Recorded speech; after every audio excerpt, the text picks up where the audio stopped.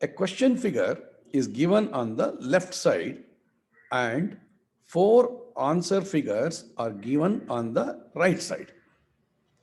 Select the answer figure which is exactly the same as the question figure.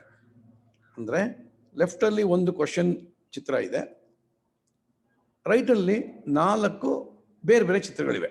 ಇದರಲ್ಲಿ ಒಂದು ಲೆಫ್ಟಲ್ಲಿ ಏನಿದೆಯೋ ಅದೇ ಆಗಿದೆ, ಅದನ್ನು ಗುರುತಿಸ್ಬೇಕು.